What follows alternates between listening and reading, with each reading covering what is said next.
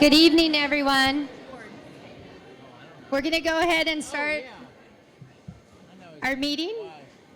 Welcome to the Board of Education regular meeting on October 11th. We're starting the meeting at 6 p.m. They're putting up more seating.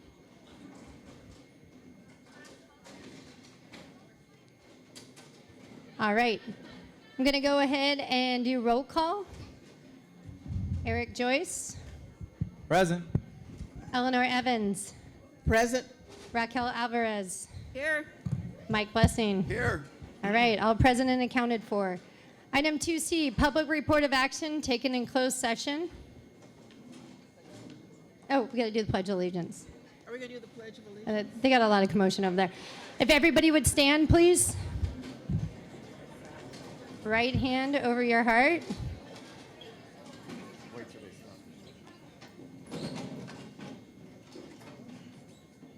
Ready, begin.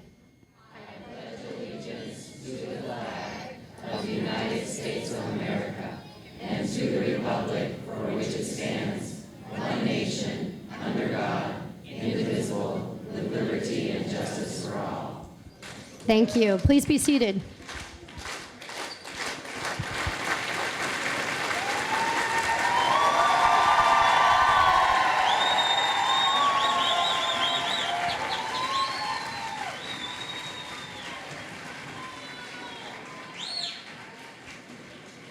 All right, moving on to item 2C, public report of action taken in closed session. Item 1C, complaint against public employee government code section 54957. After conducting a hearing in the appeal of the closed session item number 1C, the board voted 5-0 to uphold the response to the complaint. The board president will issue a written decision to the parties within 10 business days.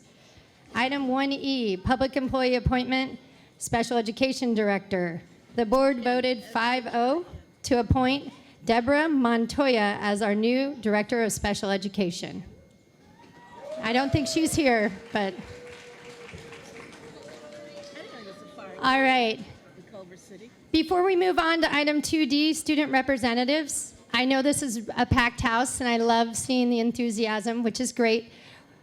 We have 3 high school students that are going to give their reports, so I really want to hear them. It's like my favorite part. And we also have a middle school student for the first time sharing what's going on at her middle school. So if we would give them our undivided attention, that would be great. So I'm going to go ahead and call up Ashley Ruiz from Chavez Middle School, the ASB president.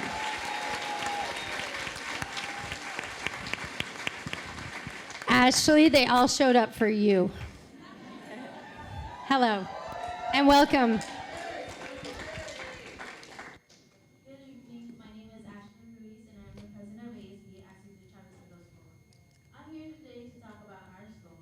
There are many clubs at Chavez, such as GSA, Chess Club, Gaming Club, Card Game Club, Christian Club, Art Club, Cougars Who Code, and Theater Club.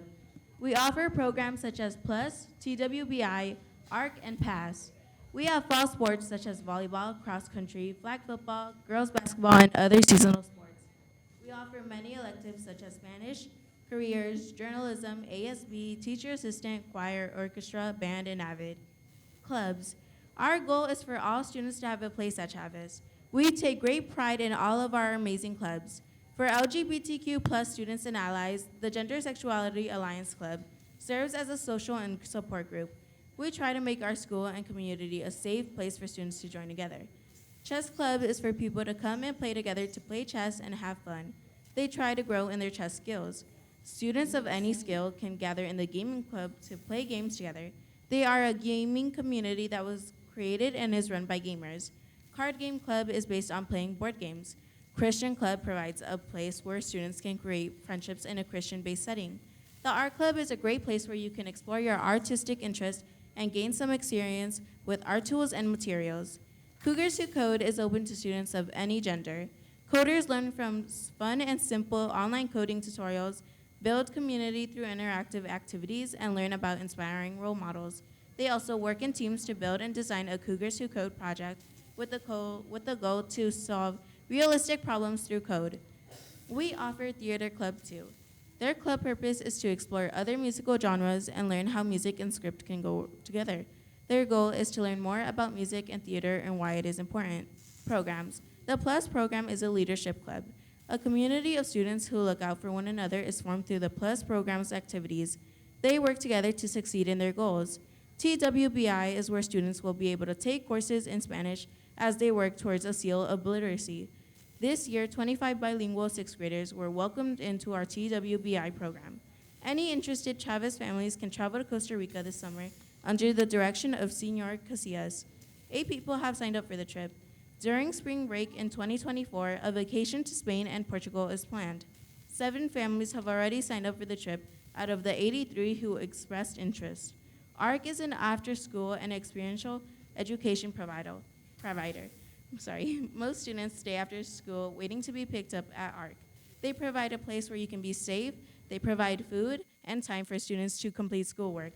All elements are structured, engaging, and hands-on, and they expand on the regular school day learning. PASS is a leadership and mentoring program that helps students to make good reflecting decisions in their communities and lives. The Chavez PASS AmeriCorps mentor serves as a positive role model and is trained and placed at school sites, community service projects, discussions, grades, tutoring, and attendance reviews, providing individual and group mentoring, and more. Electives. There are different Spanish level courses you could take depending on your Spanish levels, such as Spanish 1, Spanish 2, Spanish Speakers 1, Spanish Speakers 2, and AP Spanish. The entire class is taught in Spanish, and they learn about different topics.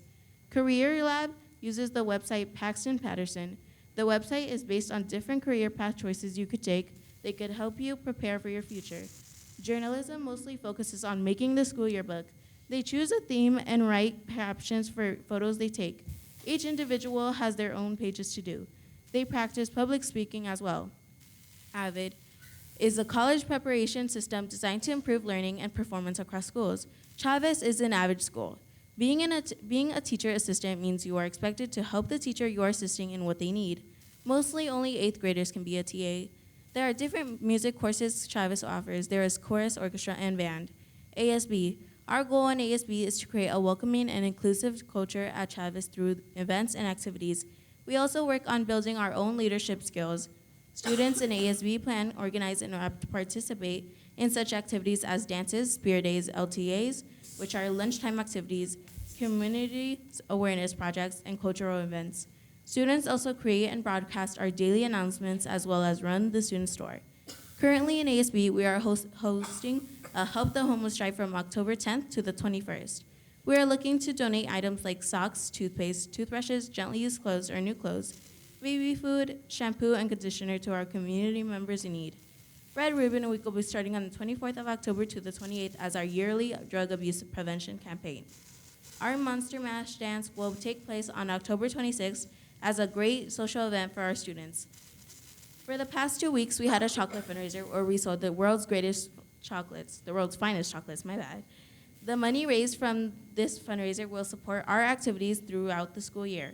We also host class rep meetings where students meet with our ASB class to discuss what they would like to see happen at our campus to ensure all voices are heard.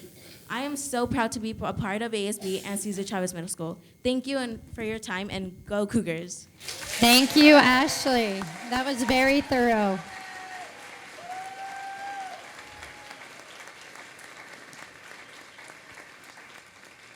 Our next amazing student is Bella Marino from Surfside Academy.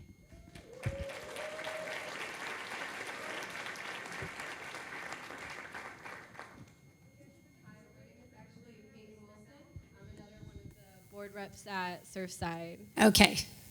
Thank you for showing up. Hello, President Begin, members of the board, and Superintendent Vital. My name is Peyton Wilson, and I'm a senior at Surfside High School. I came to Surfside and was immediately welcomed with opportunities and open arms. Surfside has been a big help for students like me that need a little more guidance. Surfside was able to guide me to a path of success and put me on track. After coming to Surfside, they have helped me build my confidence and communication skills. I'm now able to use those skills in the real world, and with these skills, I've been able to apply for jobs and do research into public speaking and counseling careers. I believe I'll be able to strive in these environments in these environments and be able to project my thoughts and ideas. Last year, I participated in cheer, and this year, I'm a soccer manager along with my classmate, Leon Robles. So far, we have had 2 games, and the players have been trying their hardest, and their work has been paying off. I really enjoy being at Surfside with my amazing, helpful, and kind teachers, and I've made a lot of new friends and experienced many opportunities since being at Surfside. Now that I have introduced myself, I would like to continue on to more Surfside news. Congratulations to our September Rising Star, Ms. Sanchez, and Coach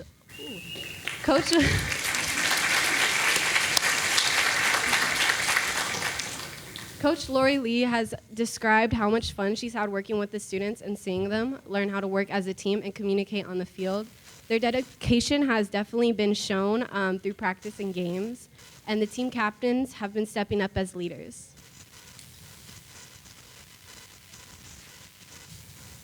The Army and Navy recruiters joined Surfside students during lunch. They talked to students wanting to have them join the armed forces and providing an opportunity for students to ask them questions about the Army life.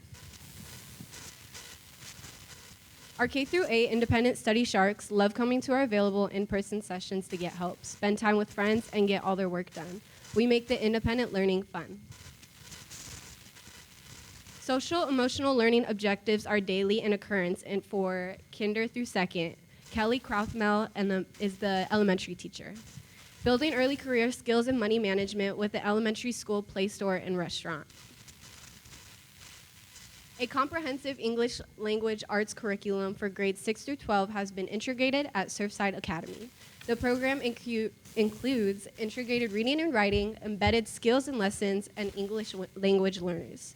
Students are also able to access the program via an app or on their phone, giving them a flexibility to complete the work via various channels. Student Emily Montañez was quoted saying, "Compared to Apex, this stuff really makes you think." We look forward to hearing more great comments from students as we continue to roll out the program at Surfside. And that's all I have for today. Thank you. Thank you, Kate.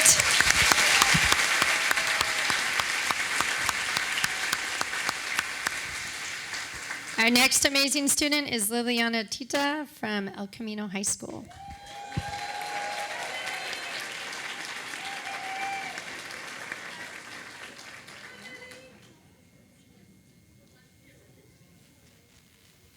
Good evening, everyone, and thank you to Board President Dr. Begin and the rest of the board members, to Superintendent Dr. Vitale and her executive staff, and all who are present this evening for giving me the time to speak.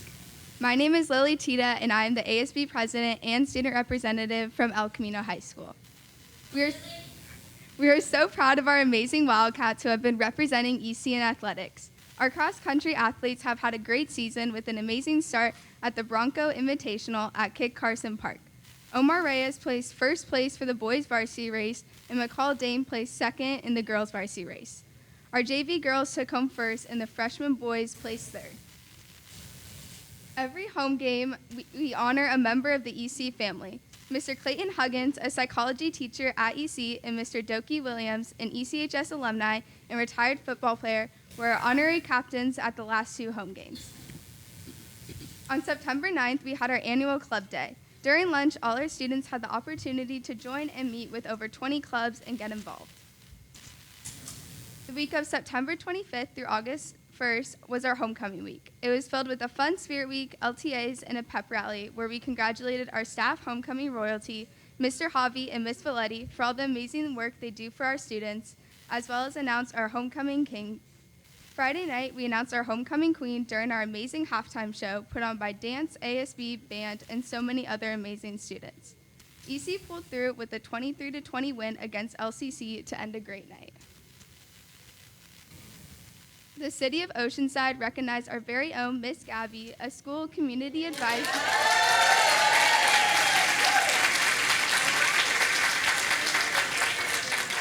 A school community advisor for all of her contributions to Oceanside and our city's Latino community.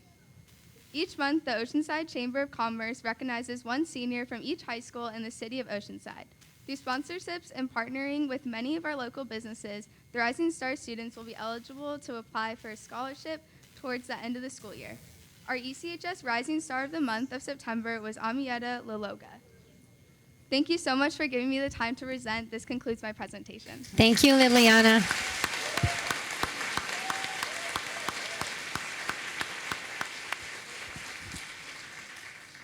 Our next wonderful student from Oceanside High School is Estella Perez.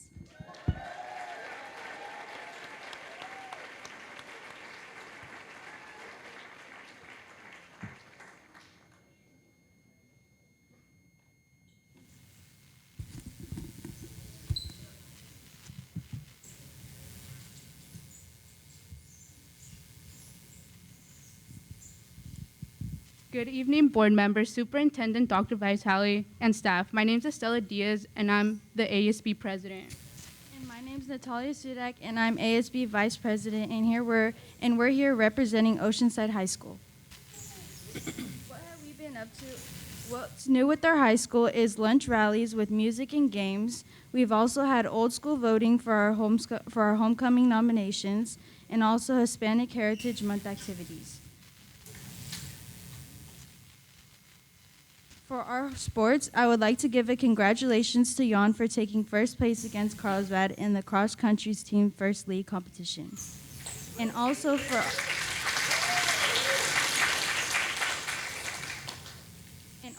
our girls JV and varsity golf team for their wins.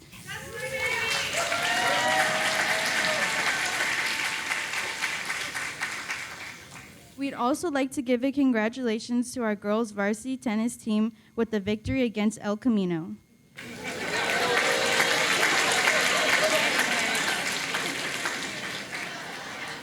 Some events that we had were back to school night, our OHS Health Academy blood drive, and our final, our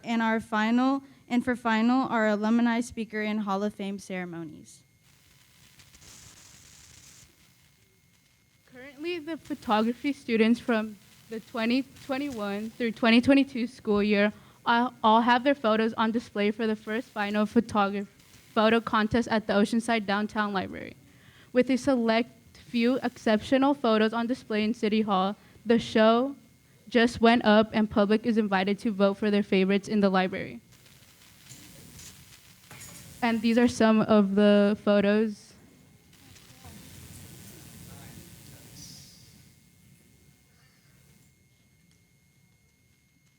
We would like to congratulate our OHS choir who sang the national anthem at Petco Park.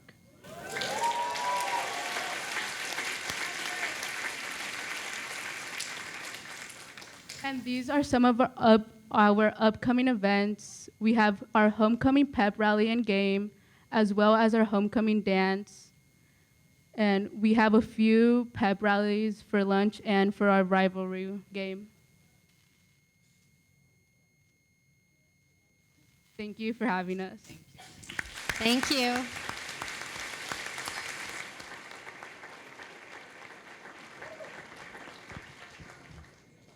All right, moving on to item 2E, approval of the agenda.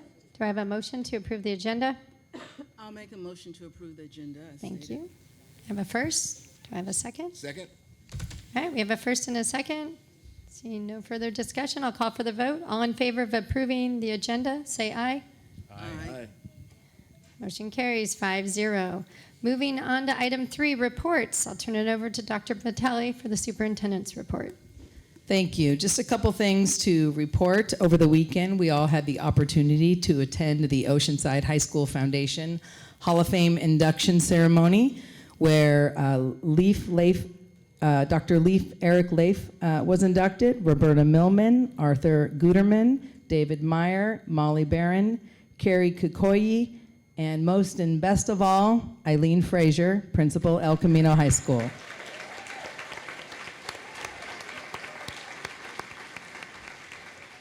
What a great tradition that is, and to be part of that is very special. I also just want to take a moment and congratulate 2 of our administrators who have completed their doctoral studies. Fresh as of yesterday, Dr. Mandy Bell.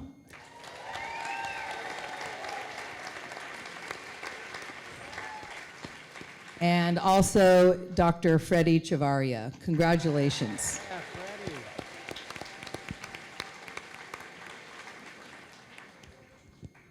All right, moving on to board reports. I'm going to turn it over to Eric Joyce. Good evening, everyone. Good evening, board colleagues. I'm sure a lot of people will bring this up, but today is National Coming Out Day, which is a really important day. And the state superintendent of public education came and honored our superintendent and our district as a whole with the work that they've done in that space, making our schools a safer place for all students. It was a really beautiful panel that was hosted by the state superintendent. And what we're proud of everyone's work in the space of making LGBTQ students feel safe and our staff feel safe as well. What really stood out to me the most was that we had students on the panel, and they spoke about, they spoke the truth about their experience in the schools, and that they appreciate that we're doing work on policy and that we're doing work as a board and as administration and as teachers, but they continue to have to experience difficulties that they need support with. And it's a long road to get there, and they're going to be the ones that lead the way, and we need to be listening. So with that, I'd again like our colleagues, because we don't have a time where the board asks for discussion or anything else, I'd like us to think about when we're going to get an update on our equity report that we received, and when the board can look to see some actionable items on the equity roadmap. So I'd ask for my board members to either support that or not support that, and for us to set a date as soon as possible. And I know this is not usually where we do that, but we don't have a board discussion part of our agenda. So congratulations, and I look forward to hearing about where we're going to move forward. Thank you. Move on to Eleanor. Thank you. Hello, everyone. We're in the middle of Hispanic Heritage Month. Our classrooms, campuses, and locations are honoring, acknowledging the positive contributions of self-identifying Hispanic origin Americans. And based on the population, majority of the people who are Hispanic origin have come from Mexico, Puerto Rico, Cuba, Salvador, Dominican Republic, Guatemala, Colombia, Honduras, Ecuador, Peru, Nicaragua, Venezuela, Argentina, Panama, and they represent every diversity, religion, ethnicity, race, every color, every hue. Within this month, we're also recognizing Columbus Day. Columbus Day is a federal holiday in the United States, marking the anniversary of Christopher Columbus' arrival, October 12, 1492. Some people say it's October the 9th, 1492. The day of Christopher Columbus' arrival is celebrated in other countries as Dia de la Raza, as well as Indigenous Peoples Day, and slowly but surely it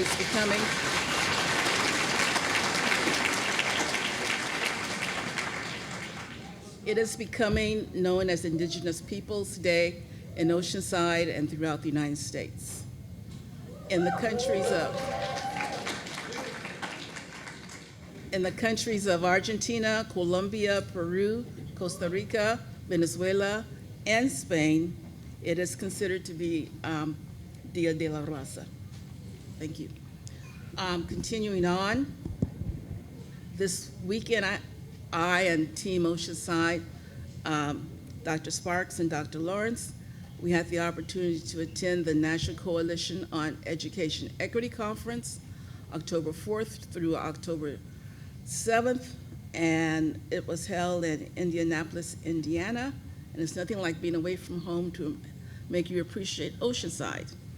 The conference was phenomenal, though. It was a problem solution working interactive conference focusing on uplifting all of our students. It was and is an opportunity for policymakers, stakeholders, administrators from across the U.S. to engage, share, collaborate, and identify those best practices that uplifts the academic achievement of all of our scholars education and educators. No longer should we consider education to be the status quo. Education must evolve to meet the needs of all students. Equity is the foundation of public education, and public education is the foundation of our democracy. Please, you can applaud for that, seriously. If you're listening to the news, if you are listening to the news, you know exactly what I'm saying. Okay. There you go. Thank you. Can you hear me now? You want me to repeat start from the beginning? Yep.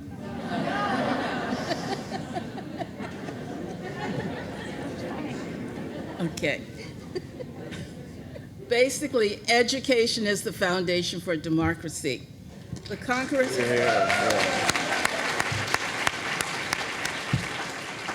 The conference focus and will continue to focus on those strategies and skills and data to bring forth solutions and solve problems to ensure a better outcome for our students in school and increase success in a career. The conference gave us one more facet to enhance our own portrait of a student, continue rigor within our curriculum, and as we continue to roll out the standards. And again, many thanks to Team Oceanside for support and attendance.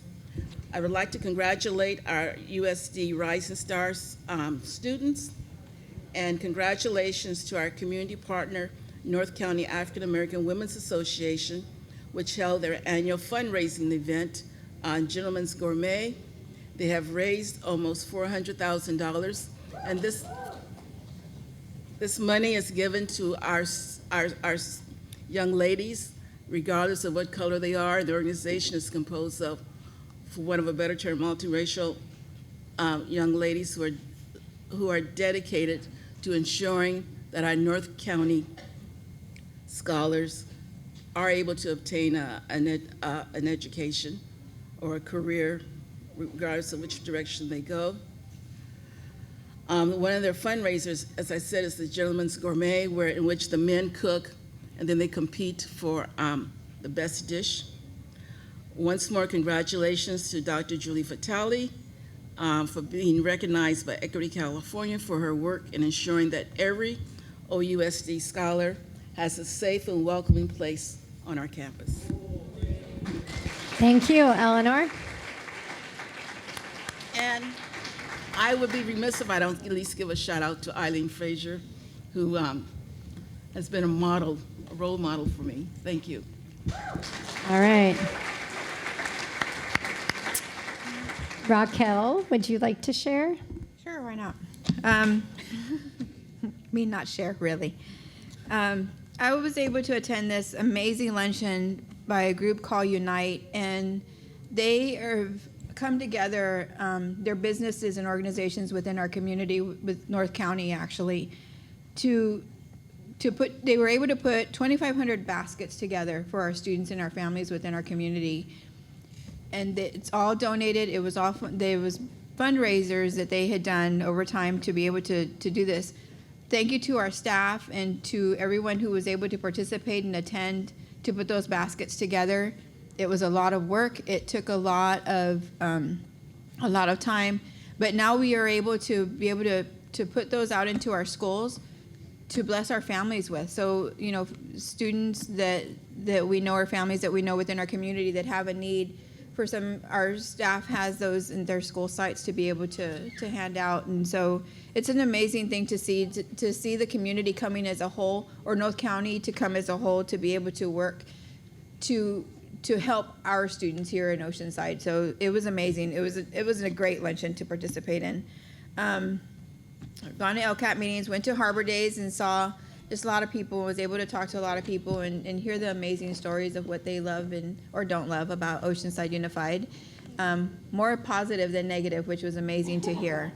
I was able to go to a Boys and Girls Club open house. They've got a new area that was donated to them for their after school space for students to go in and do work and stuff outside, which was amazing to see, and the growth that they do and the amazing work that they do with our students here in Oceanside. gone to football games, go Pirates. Went to a small business, switchboard. I don't know if everybody knows, but the switchboard was recognized. We were able to participate and celebrate Kevin Shin. He is a community member here within Oceanside, and he gives back so much to our community, not only to our community, but even to our students, and he supports them and lifts them up. And he's a great mentor, even to those that are wanting to go and figure out what they want to do. And so it's great to be able to see somebody locally to be celebrated and to see that the work that they do within our community. So that was great. Went to the Oceanside Hall of Fame. Congratulations, Eileen. Again, somebody that I look up to as who just strives, as many of our administrators do, or many of our staff strive to be able to give back to our students, to support them, to be there to mentor them and to uplift them, even when we're not sure exactly what we're doing and how to do it or what's going on with that student at that moment.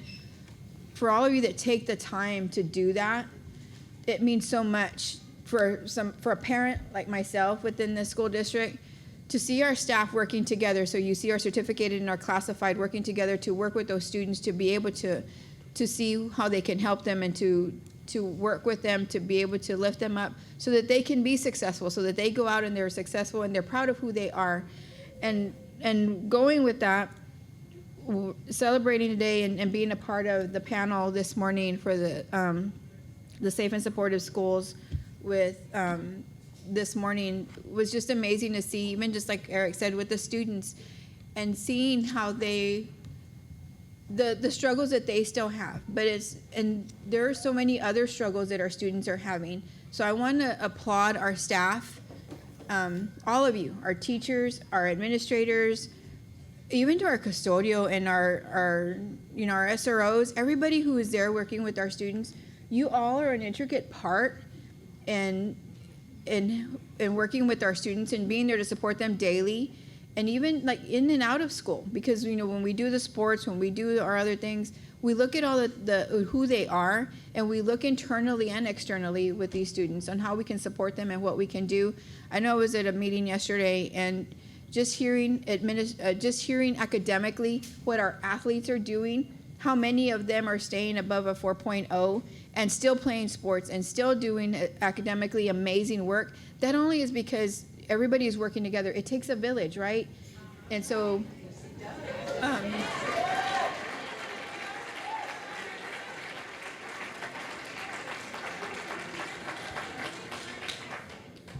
so I just appreciate the work that everyone is doing and continuing to support our students and being there to encourage them, to be there to listen to them. That is the most important thing. And being on that panel this morning, there are so many things that we need to get out even into our community to be able to have our families feel comfortable, just as our students feel comfortable to be able to talk today on that panel. But our parents to understand that we're there to support our students, that we're there to support their student, and to be able to encourage them to do things that maybe they just weren't sure of, but can do now because of that person that was there to listen to them at school. So I just thank you all. I think just everything that we do together. I know for myself and for my family, it's been a crazy, just actually probably a year and a half. But the support of the community as a whole, as a staff and everything, and everyone that's here, I thank you all and just encourage you all again to be there to listen to not only your students, but to your families. Our families need just as much support and are a voice that we need to be listening to of what their needs are so that we can continue to help them and work with them and to lift them up, because if they don't feel supported, then the student's not going to be supported. So thank you. Thanks, Raquel.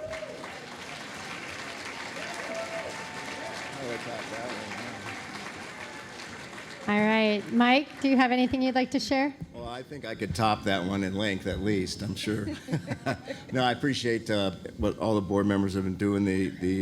I attended the Oceanside Hall of Fame event, and that was just a fantastic one. And my childhood dream was to be a Major League Baseball player, and Lee Guterman was the person I got to introduce from Oceanside High, who hit a home run all the way onto the I-5 freeway. If you can believe that. It's wonderful, man. I got to introduce him, so that was the highlight of my day that on Saturday. I appreciated that so much. And that's about it. All right. Well,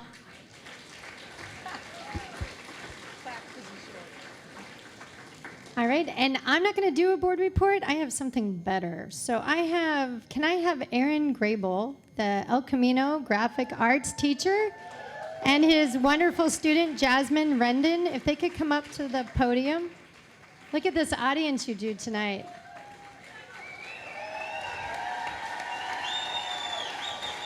All right. So I'm going to turn it over to Aaron so he can share the amazing accomplishment that Jasmine. Good evening. Again, my name is Aaron Grable. I teach graphic design. Sorry. My teacher voice was turned off at 3:45-ish.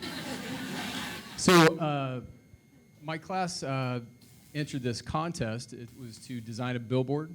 And the contest was actually presented by a place in San Marcos called One Safe Place. This is a nonprofit that provides free support services all under one roof to anyone who's experienced any type of crisis, abuse, like drug abuse, physical abuse, elder abuse, or victimization, human trafficking. They provide all the relevant service at their location: legal services, medical services, trauma recovery, all that stuff, all in a safe and judgment-free environment that empowers people to move forward with their lives in a safe environment. So the billboard contest was to raise awareness of the dangers of fentanyl use and abuse, specifically how they're being targeted to teenagers. So if you're not familiar, fentanyl is a synthetic opioid that's normally used to treat pain, and it's 50 times as powerful as heroin and 100 times as powerful as morphine. The fact that the illegally produced version of fentanyl has no regulation has led to a dramatic rise in abuse and overdoses and accounts for nearly 150 deaths every single day. So we were supposed to design, actually the students were supposed to design a billboard to bring awareness to this. And this is where I'll turn it over to my student, Jasmine. She'll describe her billboard and what she was hoping to do with it.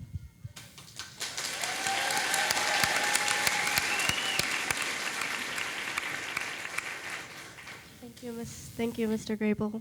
But when he said that we had to do a contest on a billboard on drug abuse, I was really confused about how I was going to go about that. But my teacher really helped me a lot in figuring out what images to use and how to project how big of a problem fentanyl is. So it's my hope that my billboard can help spread that awareness and help people take action. Thank you.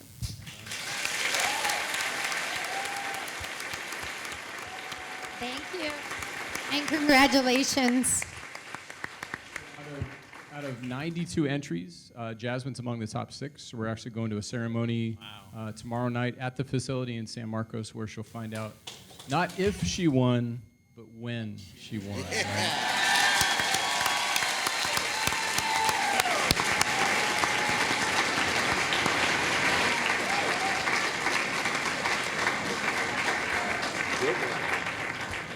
Aaron and Jasmine, thank you so much. And I just want to share, Dr. Begin, that tomorrow night at the One Safe Place in San Marcos is an event about stopping fentanyl overdoses hosted by District Attorney Summer Steffen and Supervisor Jim Desmond.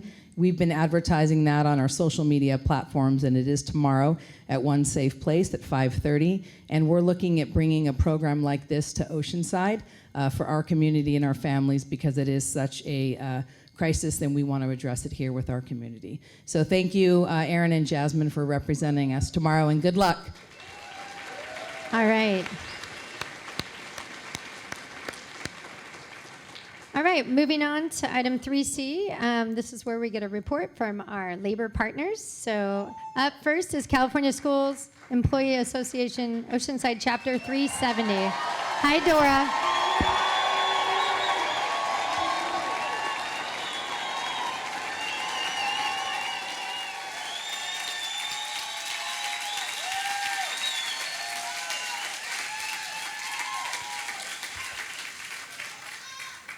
Thank you, everyone. I'm a little bit short for this. You can take it off. actually helps. I do Thank that. you. Yes, that's much better. Thank you. Good evening, board members, Dr. Vitale. Thank you for having me tonight, and thank you for having my CSEA classified staff here.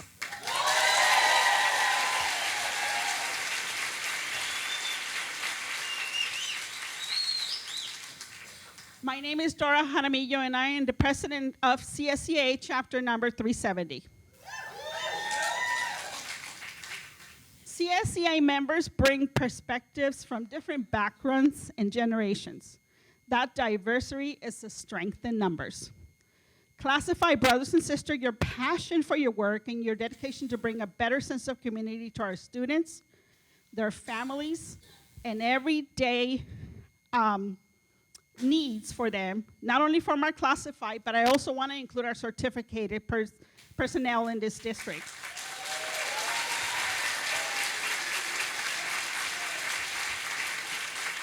Your efforts and hard work should not go unrecognized.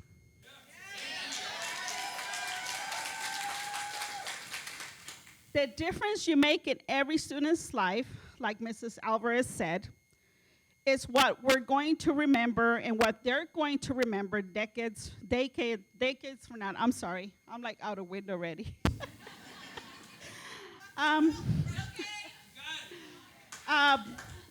Whether it's a student who has no one else to talk to or to go to, or your coworker who needs their spirits lifted that day, or how you helped a parent communicate with the school principal or director, you make a difference. You make things happen. Even when there is no money or no support or no recognition, you continue to wake up every day and show up.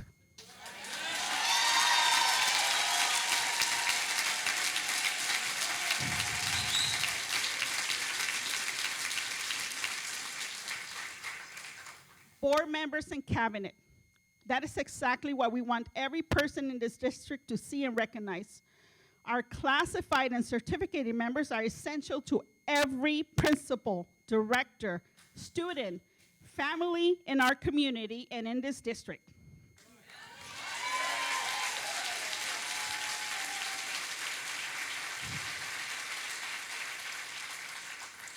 The work that our classified and certificated members have done and continue to do throughout the years and throughout the pandemic alongside our brothers and sisters, I'm sorry, I threw it in there, should not go unnoticed and should be appreciated and respected.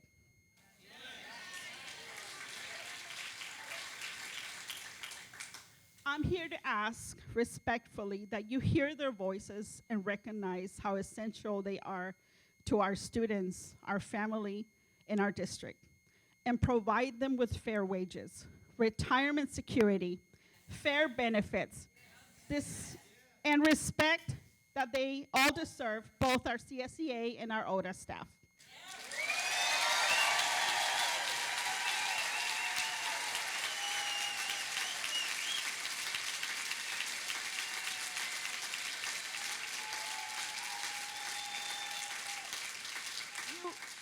You are right. It takes a village to raise our children. Our village of ODA and CSEA.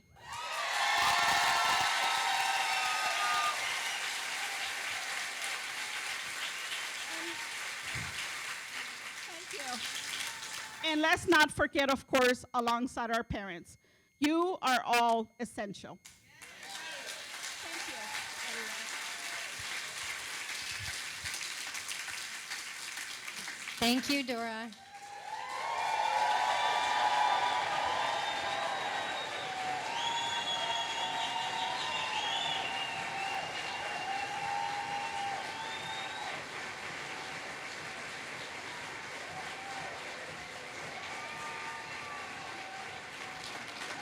All right, moving on to item 3D.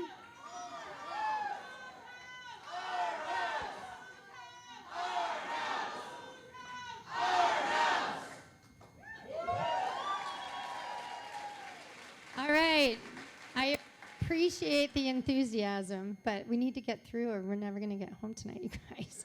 So I really want to hear Tiffany from Oceanside Teachers Association.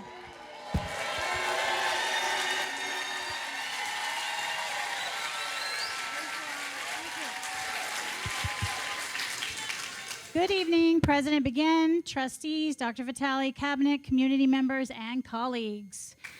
I am Superintendent Ortega, and I want to begin by thanking the ODA and CSEA members that are here in attendance to show that they support ODA leadership and specifically the bargaining team and in our negotiations with the OUSD.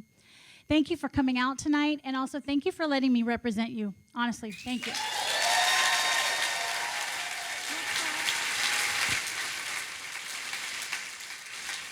And I apologize for bringing it down, but honestly, we've had to do this far too often. But before I share the rest of my presentation, can we please take a moment of silence to remember teacher Sherry Kearney from King Middle School, who passed away recently.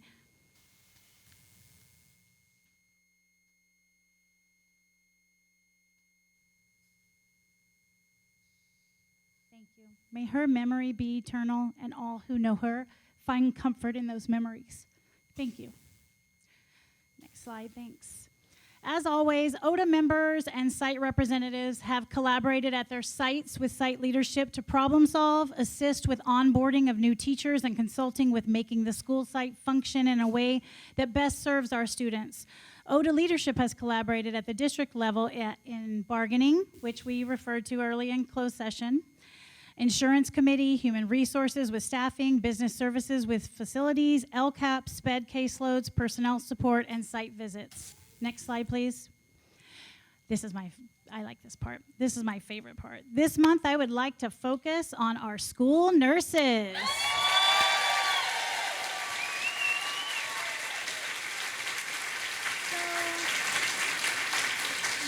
Introduce you to Marissa, Melissa, Diana, Claire, Casey, Teresa, Rachel, and Jenny. This group may seem small, but they are mighty. They are the school nurses that service every one of our 23 schools. Just those people, all 23 schools.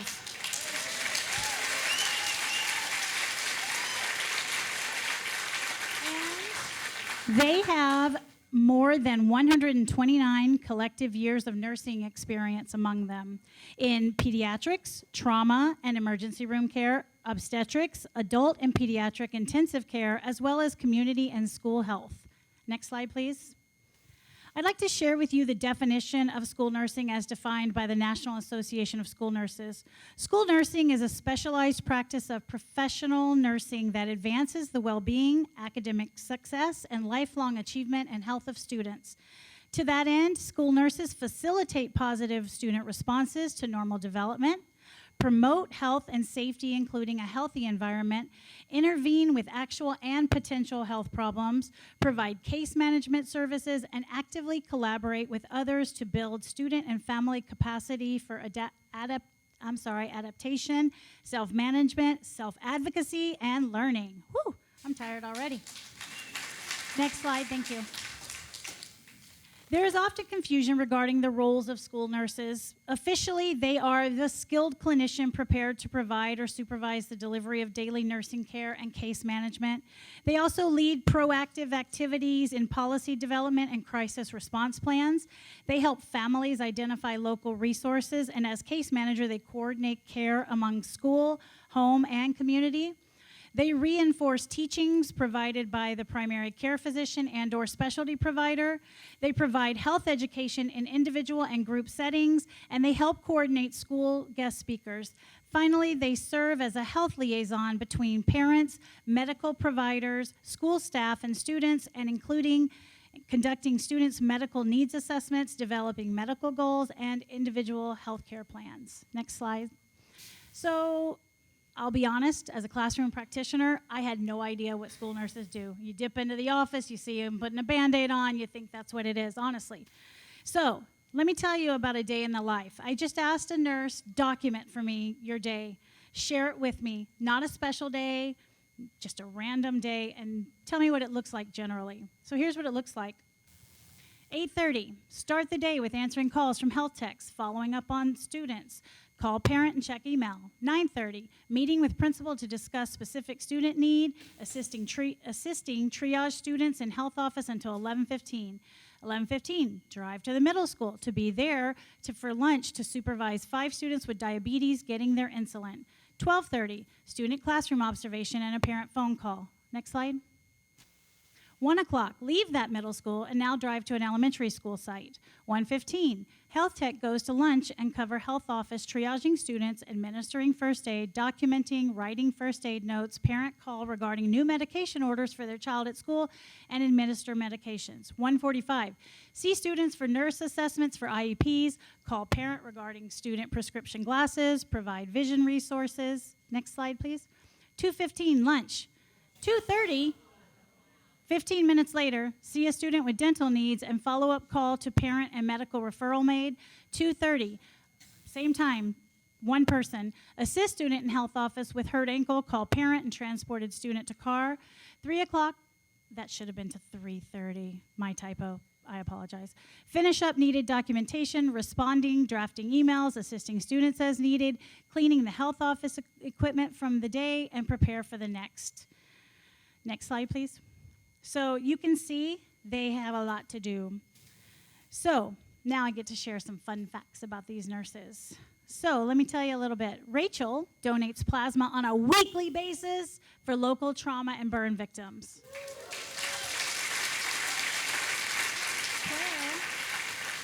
Claire served as an Air Force Reserve flight nurse for 10 years.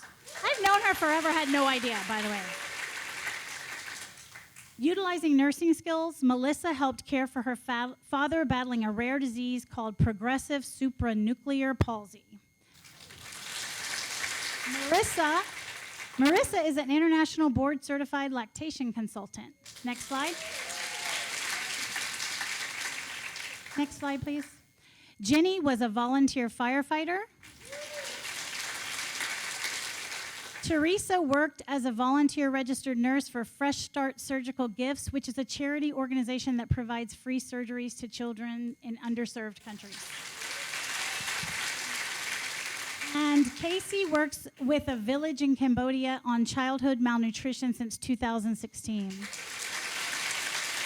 So I do apologize. There is one more nurse that I didn't get information on until the last minute. Her name is Diana, and she is also she was a public health officer in the Air Force for 4 years. So what an amazing group of school nurses we have. We're proud to have them and count them as our colleagues and our ODA members. So, next slide, thank you. Finally, on National Coming Out Day, I wanted to take a moment to recognize OUSD for being a safe and supportive school district. But that's not where the work really hits the road.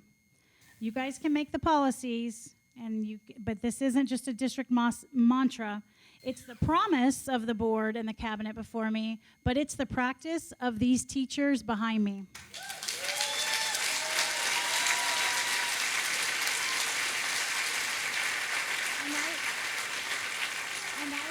And I will say thank you to Dr. Vitale for recognizing that today at the panel. But I'll tell you this, they are the ones that provide the safe places. They are the allies and the advocates. They are the warriors, and they are the champions for all means all. Because they welcome and root tirelessly for every single student that walks through their door. So this is what I want to say to you. Thank you. CSEA and ODA, thank you for everything you do for every student in our district, because without you, we could not do it, and you do it with grace, and you do it without questioning, and you represent what is the best about Oceanside Unified. So thank you guys all, and thank you for your time, guys. Thank you, Tiffany.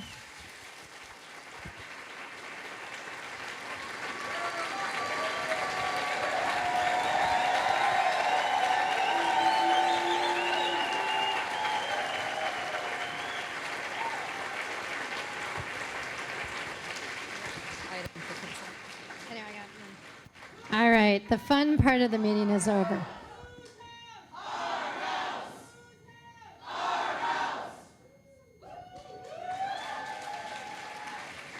All right, we're going to continue conducting our business meeting in public, and we are on item 4, general consent items. We have one public comment, I believe. Ms. Gibbons. Rose Higuera. So I would like to ask the audience and all their enthusiasm, we really want to hear the public comments. And so they have 3 minutes to speak. So if you guys would refrain from any cheering or noise, that would be great. She's not here.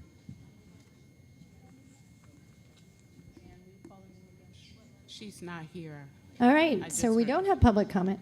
All right, moving right along. General consent items. Move I'll make approval. them. I'll move approval of general consent items. I'll second. Any questions, board? Seeing none, I'll call for the vote. All in favor of approving item 4, general consent, say aye. Aye. Motion carries 5-0. Moving on to item 5.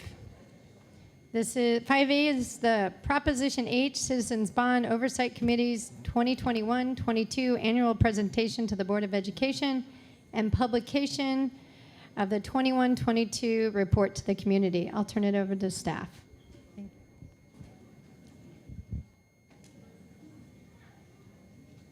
Thank you, President Begin.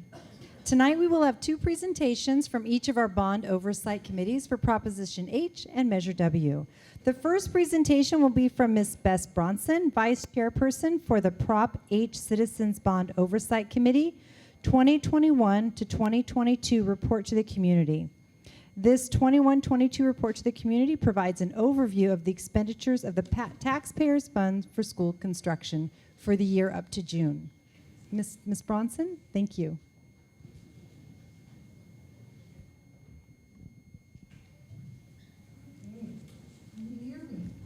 Yeah. Guess I better get my teacher voice back, right? Good evening.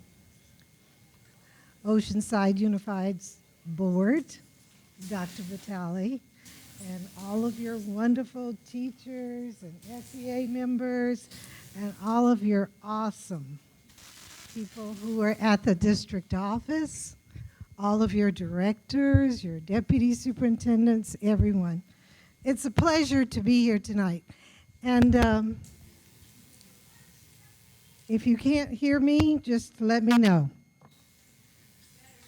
So tonight I'm here to talk about Proposition H.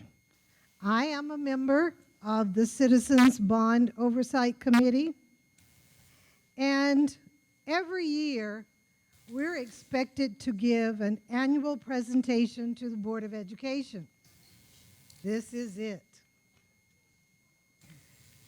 On June 3rd, 2008, the voters in Oceanside approved a bond measure, Proposition H, up to $195 million in general obligation bonds for school facility improvements.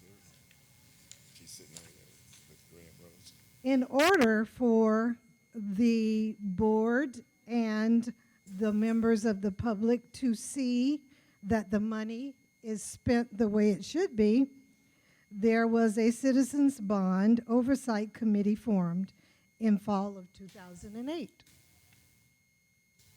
What does the Citizens Bond Oversight Committee do? They review the expenditure reports of what's happening with the bond money. They inform the public regarding district expenditures of bond proceeds. There is a letter from our bond chair, or our committee chair, who is explaining everything that has been done. You can go on our website and you can read that report as well as hear the letter to the community from our chair. The members of the bond committee are unpaid volunteers. They're appointed by the Board of Education.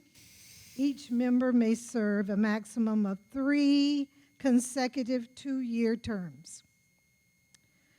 And the committee consists of representatives of the OUSD community. We have representatives from the businesses. We have representatives from the Senior Citizen Organization. We have a representative from the Taxpayer Association.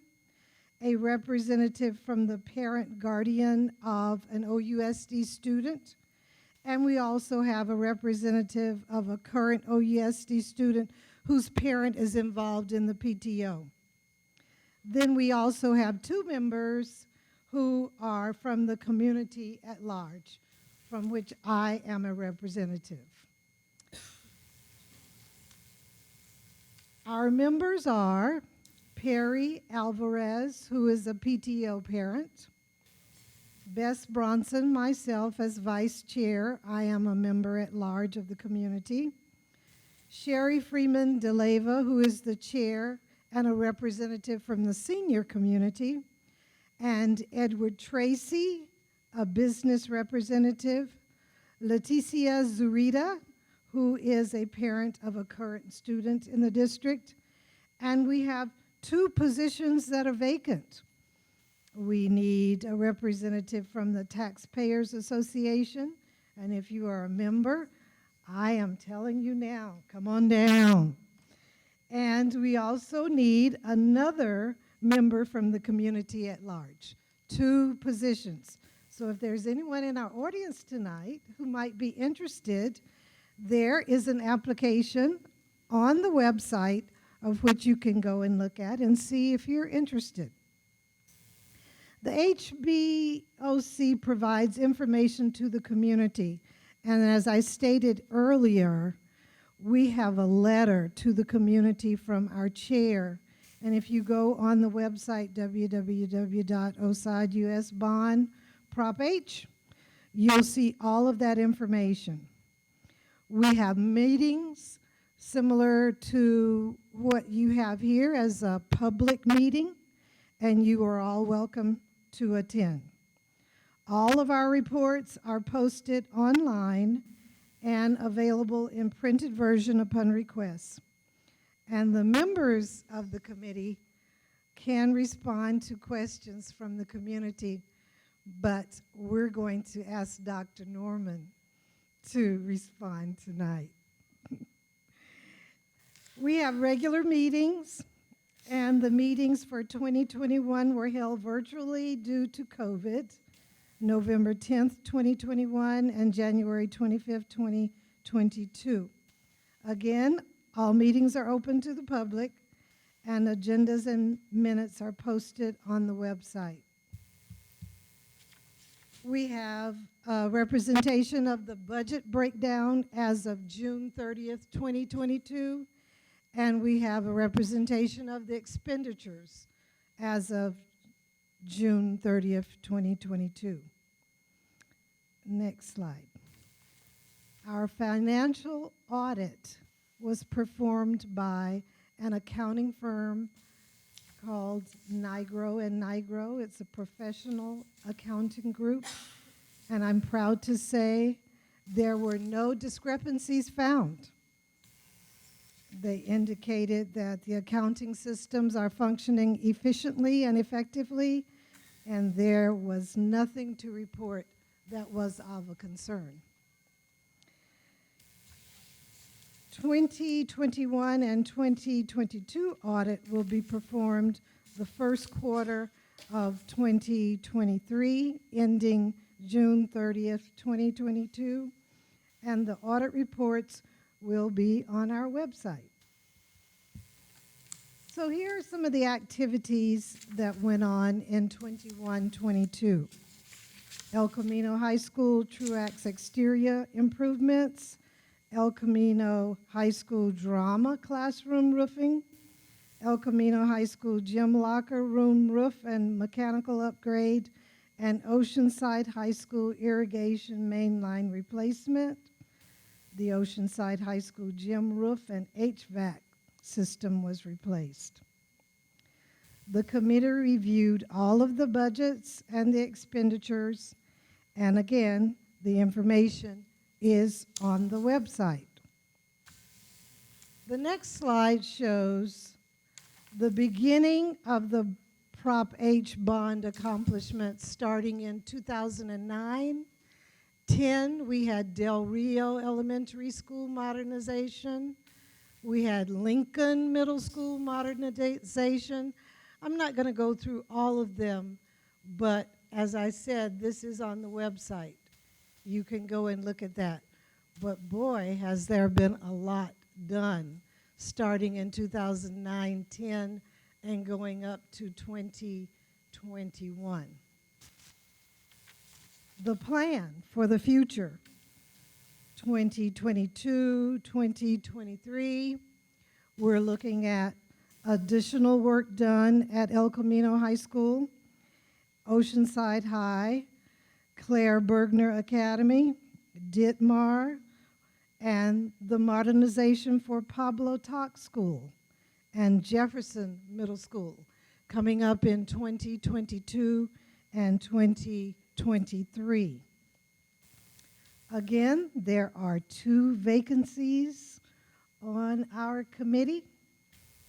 We need someone to represent the Taxpayers Association and someone to represent the community member at large. That is my report. If you have any questions. Thank you. Dr. Norman?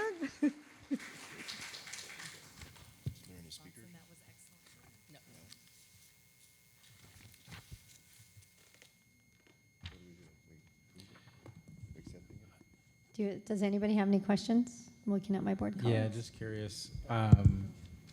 The Jefferson is really desperate to be remodernized. I know we have a lot of things going on. Do we have an anticipated shovels in the ground start for Jefferson? We're probably at least. Yeah. We've finished up programming and we're about to go into design, so we're at least probably 18 months away, 12 to 18 months away. But Dr. Penular's been instrumental in helping move things along. He's brought in a lot of great feedback on how we can design the campus. We have our architect, we've had our programming, and now we're going to go into design. All right, if there's no more questions, this one doesn't require a vote. We're going to move on to item 5B, which is the Measure W.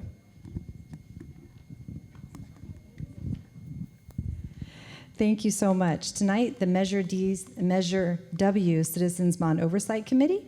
They've been meeting for the past year. Tonight, we have Mr. Donald Gordon, Vice Chairperson, to present the Measure W Citizens Bond Oversight Committee 21-22 report to the community. Hi, Donald. How's that? That's good. You can take Am it I off. on? Am I on? Wait a second. Whew, man, I came in and it just started pouring down. I feel like a wet duck up here. One time we needed rain, it came tonight. Well, it is my privilege. Thank you for letting me come and present to you. I am the vice chair, and I serve on the Citizens Bond Oversight Committee. And this is our annual presentation to the board. And we want to thank district staff for helping us to move along, because it's been such a joy. What a privilege to actually be on the committee and see what's going on with all the schools. It is wonderful. It's just wonderful to see. And I do encourage everybody to go to the website and take a look. They got the graphics. They have everything out there you need to see how the funds are being spent, and any of the future spending, any of that stuff's out there too. So on November the 3rd in 2020, Oceanside voters approved a bond measure authorizing the Oceanside Unified School District to issue up to $160 million in general obligation bonds for the school facility and grounds improvements, enabling the district to repair and upgrade the school facilities to provide high-quality facilities for all Oceanside students. So the committee, as the previous presentation stated, we are an oversight to review the expenditure reports and ensure that the bond proceeds are being used for the purpose set forth in the bond measure. We inform the public regarding the district expenditure of bond proceeds by doing an annual report to the board, doing an annual report to the community, and sharing those findings regarding district compliance as needed. The roles and the activities of the committee are set in bylaws. The committee does not determine which projects are funded. We just are an oversight to see that it is being spent properly. The members are unpaid volunteers appointed by the board, and each member may serve a maximum of 3 consecutive 2-year terms. The committee consists of representatives of the Oceanside Unified School District community. They are of Oceanside Business Organization, one from the Senior Citizen Organization, Taxpayer Association, parent guardian of a current Oceanside Unified School District student, a parent or guardian of a current Oceanside Unified School District and active in a parent-teacher organization, PTO, or school site council, and someone like me who is a member of the community at large. Thank you so much again for letting me serve.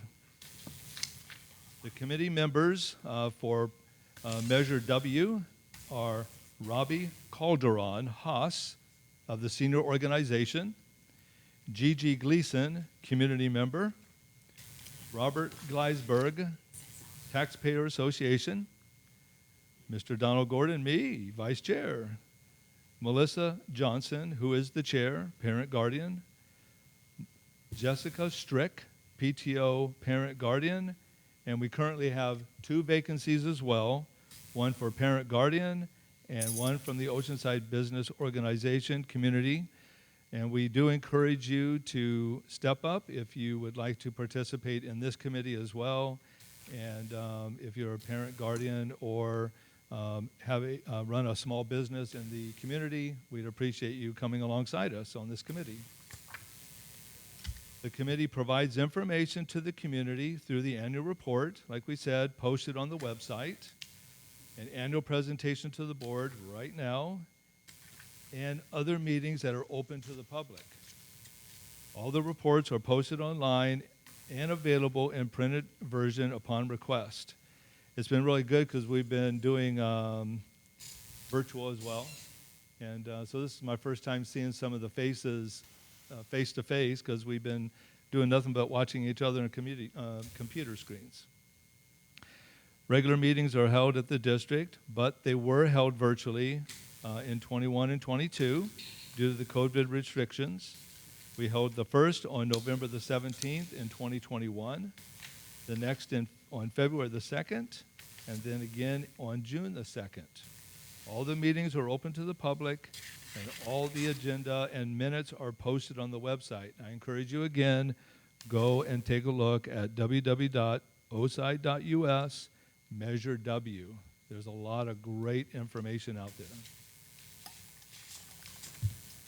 Next, we see Measure W, the budget oversight, the breakdown of the budget. As you can see, there's quite a lot remaining because this is a new measure, but so far certain expenses have been occurred, and because it's still fresh. There was a financial audit. The independent certified public accounting firm Nigro & Nigro did conduct an independent performance and financial audit. It was presented to the board. We were able to take a look at that, and we did approve and appreciate that. The audit was also presented to the board. Oh, the audit will be presented to the board once completed. I'm sorry about that. But that is also posted on the website. Committee activities. The committee reviewed the bond program budget and expenditures, the bond program third-party auditor, the bond issuance and refunding, bond projects, including modernizations, and a workshop was held on and there was a workshop that was held on March 22nd, and we were able to view the outcome of that workshop. So, oversee the status of spending projects, what is going to take place in 22 and 23. Surfside Educational Academy modernization, Reynolds Elementary School campus replacement, middle school shade structures, elementary playgrounds and shade structures, Laurel Elementary school site improvements, and North Terrace school modernization. And again, take a look at the website. You will see a lot of those out there in full graphic detail. Review expenditures for long-term projects and recruit new members. Again, we have those 2 vacancies that are open. Details and qualifications are on the website, and I can't say it more than once. Go to the website, take a look, you will be amazed. Thank you so much for letting me present to you, and I appreciate, again, serving on this committee. Thank you, Donald, for your hard work and the committees. What he didn't have up there is the shade structures that they're working on. That's so cool. Any questions for Dr. Norman? Yeah, just a follow-up, because Surfside, Jefferson, and Reynolds are all in the design phase. Is Jefferson going to come first when it comes to getting built? Do we? Andy, you got to talk about the delay. We did have a delay.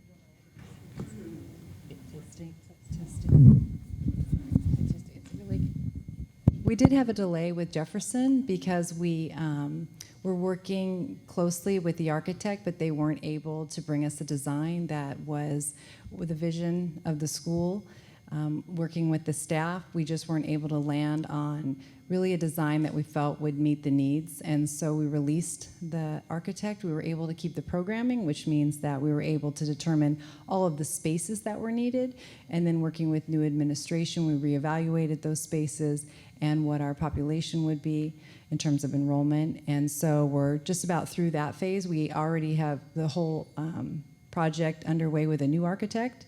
And so in terms of timing, we're probably right in line. We're having we're actually a little bit ahead of programming with Jefferson than we are with the other sites. So the answer sounds like it's a yes, but it's been delayed. I know. It's just, that's the site that's been delayed for a very long time. Welcome to my world. Like, I want to see him get it hot right. to get it done. Okay. With the changes of that and the changes that we're looking at, then what are we looking at in numbers? So are we looking still at the same numbers being for enrollment? So we're going to still do it the same amount? Or are we going to go less? Or those things change? We're looking at programming. We're trying to program it as close to the enrollment because it's a middle school and you have to factor in your different electives and you have to look at also any other classes that are offered, making sure you have spaces for those classes. We're trying to maximize the spaces so that any spaces that could be used during an open period are, but at the same time you need to make sure that you have enough spaces, so it means that you program a little bit bigger than the population, which is a little bit different than an elementary school because we keep them in packages of 24 to 32 all day. Right. But with the middle school, we move them all around for their classes. But the enrollments dropped a little bit, but not significantly. So we're going to try to come in as close to the enrollment as possible because it really comes down to square footage. When you're looking at design, that's where your costs come in. So the least amount of square footage helps with your budget so that you can get everything you want in the school site so that you're not what's called over-programming. But if we're looking at all the homes that are going to be built, because the feeder schools that go into all that, that would be like in the Jefferson, that feed into the Jefferson area. We've got a bunch of homes that are supposedly going to be coming into that area. Are we looking at those factors too and not all those numbers still? Correct. Because that's all going to change on how we look at things. Right, and we do look at demographics. We utilize our demographer, Davis Demographics, to look out multiple years to make sure that we're building for the appropriate number of students. That's a good point. Thank you. I'd also say that assumes that we don't change any of our boundaries, which we know are kind of funky, which we have some schools that are way overburdened with students that would need some balancing that would happen. And I gotta think a brand new school on Jefferson's campus is gonna bring some people who maybe have gone to that school and said, I can't send my kid there, back. So I would agree, we shouldn't build it short. We should build it with the expectation that we're going to do the great things that we know that our staff will. Absolutely. I'm excited because we have Surfside, Reynolds, North Terrace, Jefferson all in the hopper, along with Pablo Talk and the other schools getting done. So we have a lot of construction going on. I have a concern regarding rentals, especially since we're going to tear it down completely. And right now, I'm just holding my breath. With the current inflationary rate, will we be able to still develop a campus that's going to be adequate for that community? Correct. As of today, we're factoring in escalation costs so that we can make sure that when we do finally get to build it, because right now we're in the programming and designing, that we'll have enough money set aside to do so. If not, we would be coming back to revisit that with you. All right, good question. Well, this one doesn't require a vote, so seeing no more, we'll move on to the next item, 6, personnel. 6A is a new class specification for student store clerk. I'll make a motion to approve. I'll second. First and a second. Any questions for staff? Seeing none, I'll call for the vote. All in favor of approving item 6A, say aye. Aye. Motion carries 5-0. Moving on to item 7A, which is the consideration of real property offers and authorization negotiation of a letter of intent and purchase and sale agreement. Thank you, Dr. Begin. The Oceanside Unified School District desires to sell the remaining 8.3 acres of the Garrison property to the offeror that provides the most favorable terms. The district requested a waiver from the State Board of Education pursuant to Education Code sections 33050, etc., of certain portions of the statutory surplus property disposition process for the sale of the property. Since that time, district staff has requested and reviewed a number of proposals to purchase the property and previously entered into agreement with Vandale Homes, also known as VDH, but that sale terminated after VDH completed its due diligence review. Now the district staff and legal counsel have gathered new offers for the site and present such proposals for review and consideration by the board. In accordance with the waiver, the board is asked to consider each proposal and, after consideration, select the most desirable offer found to be in the best interest of the district, supported by reasons for that determination. Once the board has selected its preferred offer, district staff requests board authorization to negotiate a letter of intent by the chosen buyer in order to solidify the terms of the sale, and district staff also requests authorization to negotiate a purchase and sale agreement, which will be brought back for final board approval at a future meeting. All right, well, the board reviewed the offers as collected and analyzed by district staff and legal counsel. The offers that were received were the True Life Company for $17,460,000, Meritage Homes for $16,500,000, Taylor Morrison for $16,500,000, Warmington Residential for $15 million, Brookfield for $14 million, and KB Homes for $10,250,000. We do not have any public comment for this item. Am I correct? And does any of the board members have any questions? No questions. I move approval of the highest offer of True Life Companies at $17.6 million. All right, and I would agree. It's the most advantageous for our district.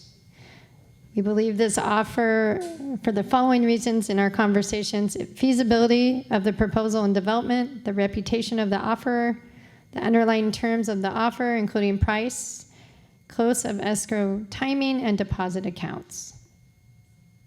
So we have a motion. Do we have a second? I'll second.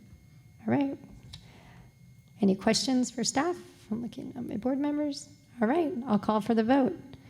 All in favor of, I'm making sure I have this wording right. All in favor of authorizing the negotiations of a letter of intent and subsequent purchase, sale agreement with the True Life Company for the Garrison property, say aye. Aye. Aye. Motion carries 5-0. Moving on to item 7B. Thank you, President Begin. The County of San Diego maintains on behalf of the district a tax rate reserve which holds excess taxes levied for repayment of the district's general obligation bonds. The county can provide funds from the tax rate reserve to repay portions of the district's bonds in advance of their respective maturity dates to assist in the district's management of its bond program. Resolution number 8 will allow the district to coordinate with the county so that excess reserve amounts held by the county for repayment of the district's bonds may be used to pay off portions of the district's bonds in advance of their respective maturity dates. Such early payoff is referred to as a defeasance and is in the benefit of our taxpayers, or to the benefit of our taxpayers. It is recommended the board adopt resolution number 8 as presented. I'll make a motion to adopt. I'll second the motion. Here, first and a second. Any questions? All I hear is saving money, so that's good. All right, I'll call for the vote. All in favor of approving item 7B, say aye. Aye. Aye. Motion carries 5-0. Moving on to item 7C. Thank you, Dr. Begin. A temporary transfer of funds is also known as a TTF. It's a temporary transfer of funds from the county treasurer from the funds in custody to meet the financial obligations of a district. OUSD may be required to utilize a TTF due to the fact that there was a change in the 22-23 property tax payment schedule. The property tax payment will now occur on December 20th with a lower payment amount of 20% of current secured property taxes versus the 38% received in prior years. Because payroll is scheduled for December 16th, and it comes to on the 20th, the change in date and the lower payment amount have created a potential need for a TTF. It is recommended that the board adopt resolution number 11 as presented. I'll make a motion to approve. Any questions? Seeing none, I'll call for the vote. All in favor of approving item 7C, say aye. Aye. Aye. I'm looking at my other board members. Is that aye? Okay. Motion carries 5-0. Moving on to item 8, which is diversity, equity, and inclusion. Item 8A. Thank you, Dr. Begin. OUSD entered into a memorandum of understanding with the before and after school program providers on August 17th of 2022. This is an amendment and an addenda to that agreement where the district providers now desire to amend the MOU with the following changes. One is an adjustment to the liability insurance coverage. Another is to include PD or professional learning for our providers as part of their programming. And the third is to include intersession funding to cover some of the intersession before and after school programming that happens throughout the year. So it's recommended that the Board of Education approve the first amendments and addenda to the MOU between Oceanside Unified School District and the before and after school program providers. I'll make a motion to approve. I'll second. First and a second. Any questions? No, I'm just, those are great improvements to the grant. Yeah, absolutely. It's exciting. All right, I'll call for the vote. All in favor of approving item 8A, say aye. Aye. Motion carries 5-0. Moving on to item 9, which is policy development.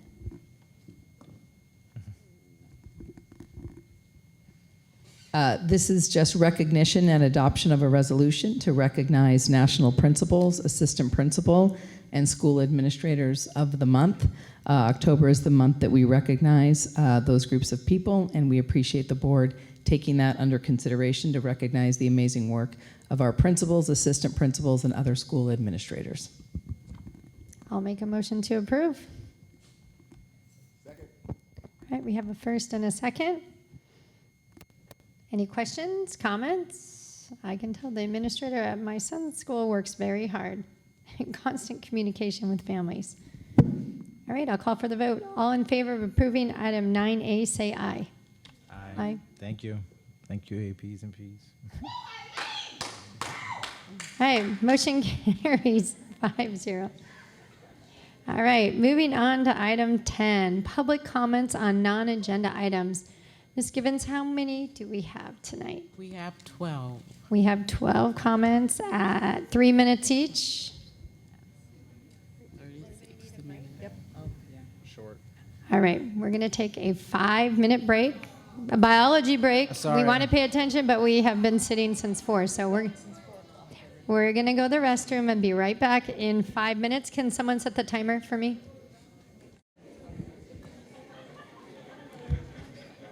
Just a friendly reminder for public comments for those that are new here. We limit you to 3 minutes. We want to remind you that this is televised.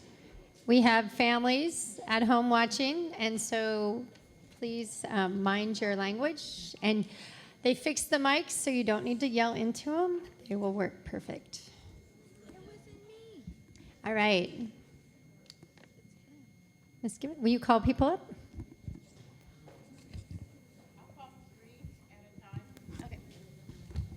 Veronica Velasquez, You have to speak louder to the mic.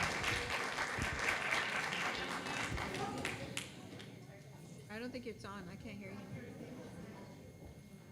you. Mindy Hayner and Debbie Dixon.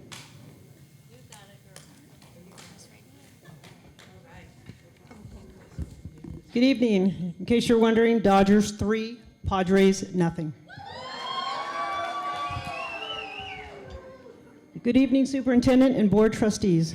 My name is Veronica Velasquez. I have worked for the district for 25 years as a campus supervision assistant. I am on the CSEA Chapter 370 negotiation team representing classified employees. The reason why I'm here this evening is that we are finally at the reached a point in negotiations where the last main issues left on the table are wages and benefits. We have been told numerous times that our benefit package is so great that justifies low wages that our employees receive. In terms of wages, classified employees are the lowest paid employees in our district. Again, the lowest paid employees in the district. Minimum wage has caught up to our duty supervisors and nutrition services employees, most of whom only work part-time and are not benefited. Yet, we were the essential workers throughout this pandemic. It has come to a point where the district cannot retain quality employees anymore because it makes more financial sense to seek employment with more hours and better compensation and benefits elsewhere. As a district, you have to think about how it will impact the services we offer to our scholars. We're not asking for anything unreasonable, but our district is not competitive anymore, even with the benefit packages available. We want our district to continue to be a desirable place of employment, but our wages have not kept up with the cost of living and inflation. It makes more sense to work at Walmart, McDonald's, or In-N-Out. They offer higher wages, full-time hours, even hiring and referral bonuses, and paid college tuition. How can we expect to get quality applicants in this environment? If the district respects classified employees, wages for classified employees need to be prioritized. Many of us have given our heart, our soul to this district. Unfortunately, we feel like we are not valued. I urge you to provide the guidance and authority to your negotiation team to reach an agreement with a meaningful salary increase. The classified staff of the Oceanside Unified School District deserve better. Our students deserve better. Thank you for your time. Thank you, Veronica. Mindy is next.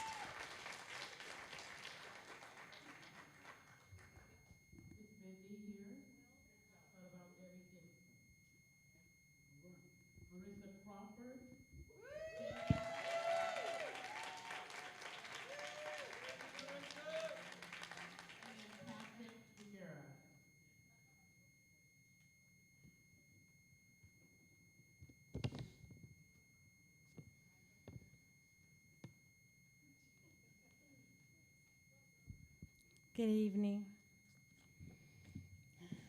Good evening, trustees, superintendent, and OUSD cabinet. I recently attended the Museum of Tolerance, where we learned how ordinary people stayed silent, did nothing, and allowed 1.5 million children to be killed. I, Marissa Crawford, am an ordinary classified employee. I am here to say something about the injustice that has happened in our school district over 24 years that I've been employed here. When I first started working here, minimum wage was $5.75. I worked at Walmart part-time and made $6.50 as a cashier. I worked as the ASB cashier clerk at King and made $11.76. The difference between minimum wage and what I made when I started was $6.01. Now we are at the crossroads. Minimum wage is currently $15 per hour. In January, it raises to $15.50. There are talks of raising minimum wage for restaurants to $22 per hour. Our lowest classified employee makes $15.05 per hour. So I'm here to ask if the ordinary people of the Oceanside Unified School District School Board, trustees, superintendent, and cabinet, will you ordinary people take a stand for the ordinary $15.05 employee to make a living wage?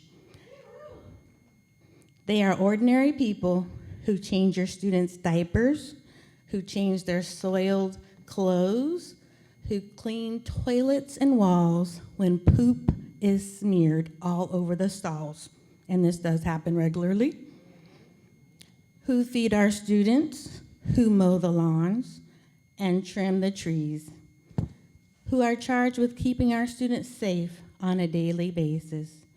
Ordinary classified employees deserve to make a fair living wage. Will you trustees, superintendent, and cabinet please speak up for the ordinary essential employees of the Oceanside Unified School District to make a living wage?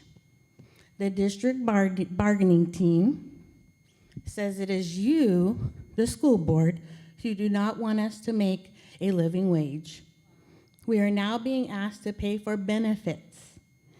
It essentially equals our raise. Is that a fair exchange? No. I guess if the ordinary people want benefits. Thank you. Will you please help us? Thank you.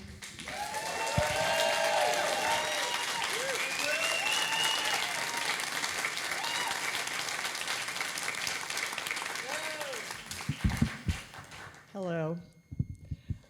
I'm Cindy Donaldson, and I am the first vice president of Chapter 370 and also on the negotiations team for our classified members.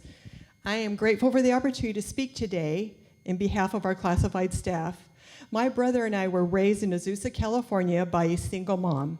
My mom knew what it was like to go without for her kids, to be at work during my homework time, or to feel the pressure of paying our bills and having enough food to put on our table.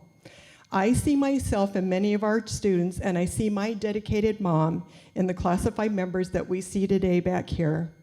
These are the people that drive our kids to school, that make our kids and our staff safe on our campuses, the people who attend to our students with COVID, diabetes, and asthma. These are the people who work tirelessly with our SPED students, will change a diaper and give a hug when needed. These are the people who feed our students and clean up after them. These are the people who have been dedicated to our Oceanside students. They love our students and their job, but they are struggling to make ends meet. Time have changed. Inflation, COVID, no subs, gas prices. I have a list of many of our members who have 2 and sometimes 3 jobs to make ends meet. These folks have been willing for the past years to take an average of a 3% raise because the budget needed to be balanced. Minimum wage, as you've already heard, have caught up with the OUSD pay scale this past year. The district raised the pay of the bottom 2 pay steps to barely make the minimum wage, but forgot about the rest of us. The pay scale is not squared. More than half of our job descriptions are over 20 years old. Is this how a district shows how they value their employees? The consumer index for this year was 8.3%, and the average cost to rent a 1-bedroom apartment in Oceanside is $2,500. Let's do the math. If I am lucky enough to make $18 an hour for 8 hours a day, I will make $28.80 before taxes. How do I possibly rent that apartment? I have worked for this district for 30 years, and I love this district. But this is not the same district that hired me. We used to be one of the highest paid districts in the county, not so anymore. We were proud to be part of the OUSD team. What kind of worker do you have when he or she has to worry about paying bills or putting gas in their tank to get to work, or let alone going on a vacation? They are feeling undervalued, unappreciated, and not motivated. If you want dedicated people to apply and to stay employed with OUSD, you need to figure out in the numbers what's going on. The EPIC survey has told us this. Thank you. Cindy, your time is up.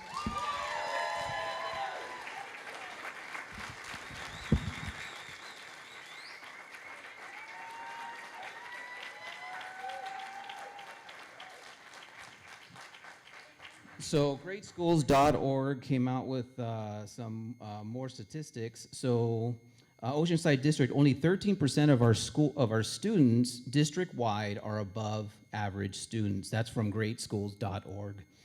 To make it even worse, our district, 52% of our students in the district are below average. Statewide average is 40%. We're pretty pathetic.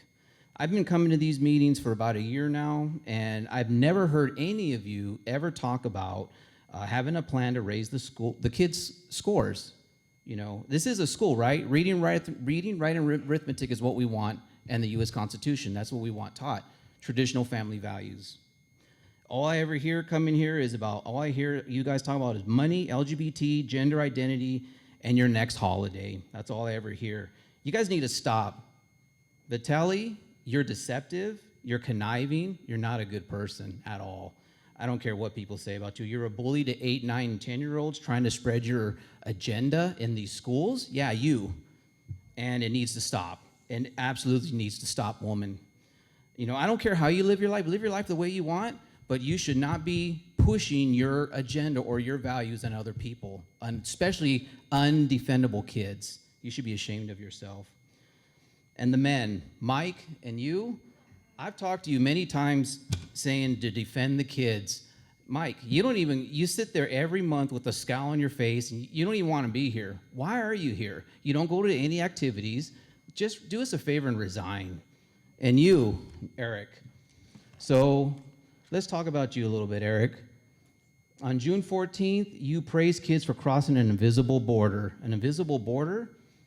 Every American knows we have borders. And guess what? Fentanyl comes across those borders too, those invisible borders. That makes you an un-American.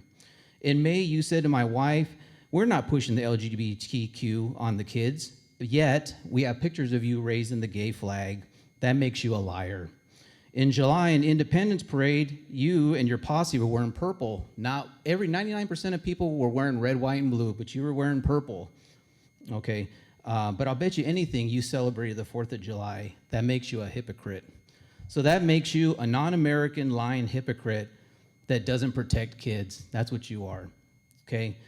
Ladies and gentlemen, we cannot afford to elect this man to city council. If you believe in traditional family values, you cannot vote for this man for city council. So take a stand.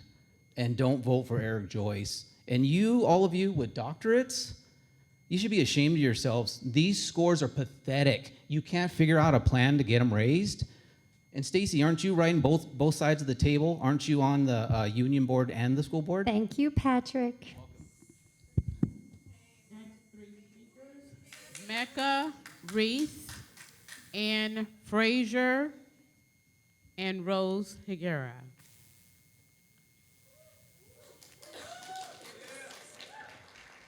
Good evening. Wow, what an earful you've all had. Well, let's add some more. I am here with some major concerns about our traditional kindergarten program. I've been teaching young ones for 35 years. I am here as an advocate for my young 4-year-olds. Stop the clock. Okay, they are experiencing a very chaotic first year in school.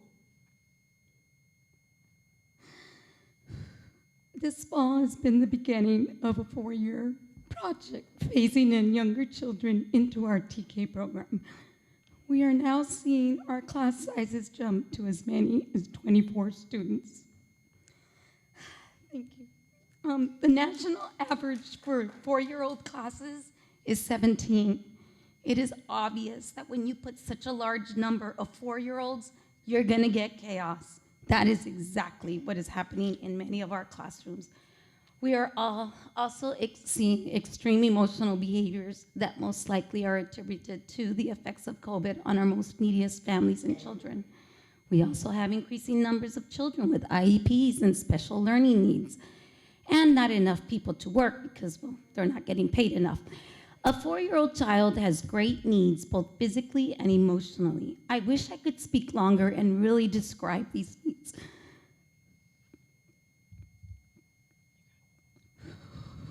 However, having such large classes is a huge safety hazard, and it is not quality. Yes, we have an aide. That's a huge step, but don't be fooled. My ratio is not 1 to 12. It's 1 to 23, because that aide is running around like crazy trying to keep my kids safe. Our instructional aides are assistants whose job description is to assist the teacher, not to be a one-on-one aide. Another huge concern is that we're seeing high numbers of kids with extreme problems and violent behaviors. Several children have bolted out of my room, ran down the hallways, and I've had to frantically call the office for help. I've had a student who moves furniture, 4 years old, runs, hides in unsafe locations. I've had a child bite an adult. I've had a student climb and bang on my Mac computer. Luckily, it wasn't broke. I've had numerous items broken in my classroom. I've been kicked, punched, and so have other adults, including my administration. The saddest thing is that I have students who don't want to come to school because they don't feel safe. This is not okay. Sadly, I am not alone in this type of classroom. I'm sad that the rest have left because I'm sure I'd have huge applause. I'm here to plead for changes to improve our current TK situation. you. No, I have to finish because I Your paused time and I is up. cried. I'm sorry. Your Okay, time is up. well, let me tell you. You can If send there us an was email. I will, but if there was enough money to buy Thank me you. furniture that doesn't fit in my classroom and that I have Thank been asked you. to move, then there should be money for my kids.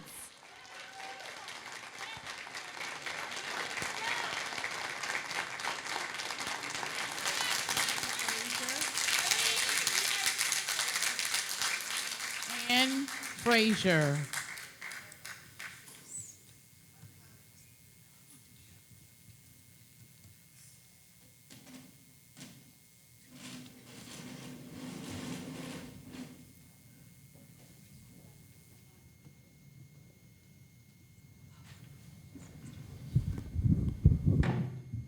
She has a disability. She can't stand.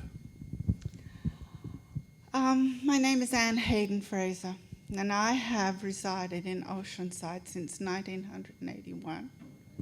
I'm 77 years of age, and in the past years given much to this community, and I have worked with one of you up here. Thank you, Mike, for what you have done with me in the community. The rest of you, I do not know. Do you have this designated handicap seating here for people that do have disabilities? I almost fell down entering the building tonight, but a kind gentleman did help me find a seat. I thank him for that. And he was one of your people, excuse me, I've not been at this for about 25 years, so. Would you let me know if you have designated handicapped seating? Look into that, please. This is just a side note. I didn't intend to speak tonight at all. Why do you have your backs to the majority of the audience here? When I was a young child, my grandmother taught me the 10 important things I learned in kindergarten. I don't know whether you know it, but amongst it were, hold your hands when you cross the street, be kind to one another, be courteous. I'd like to make number 11, please don't turn your backs to the audience of the community of Oceanside, please. I've not been active here or at the City Council meeting, but God is calling me to be active. I'm also married to Professor Graham Thomas Fraser. You do know him. We're getting older, but we're not old yet. I'm being called back into service. Again, find out about the seating, and may God bless you and keep you, and may He lay His hands upon you. And God's not done with me yet. I have more seasons in me, and He's raising me. Good night.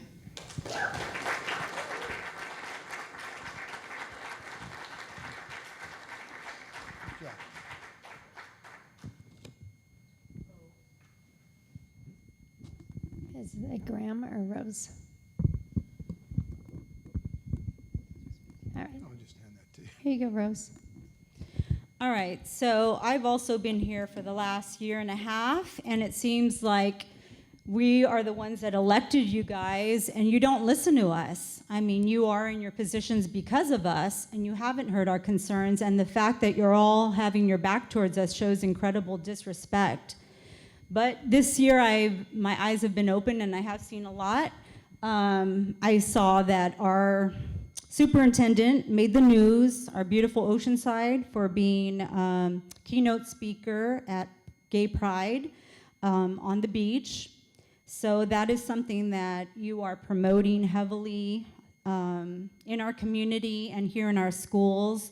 Every time you guys have a free minute, you guys are going, and Eric Joyce, you're always talking about the LGBT community.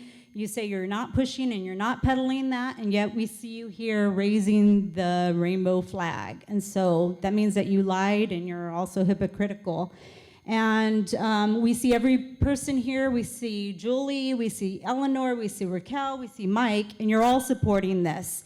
So the LGBT community, although we do love them, it's not something that should be taught in schools. This is something that should be reserved for families at the dinner table. We want you to stick to educating our kids, reading, writing, math, the Constitution, respecting their elders, the police.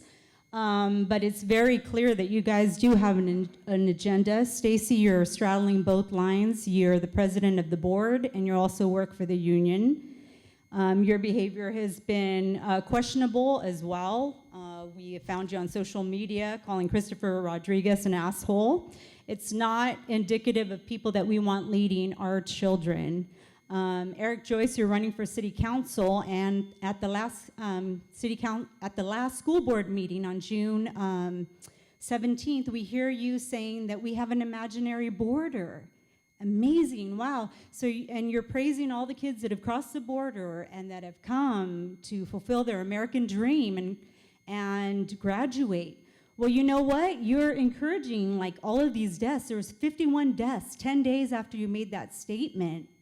You're also responsible for that. Gross negligence. Borders are to keep people safe, and they're there for a reason. So you're not fit for school board, and you're not fit, definitely not fit for city council. Also wanted to touch on the little boy that came and approached you guys at our school board meeting. You guys have 418 pages of a safe school action plan, and yet little Anthony Jaquez, who is a Chicano Arabe Arabic boy who came and spoke to you at how he went to Jefferson Middle School, and he was repeatedly bullied for his race, and he was physically and verbally assaulted. Rose. Your time is up. And there's no accountability and no protection for him. And so, yeah, all of you board need to be replaced. Your 3 minutes is up. Next speaker, Emily Wichman, Allison Menu, Eric Knapp, and last speaker, Leanne Conger.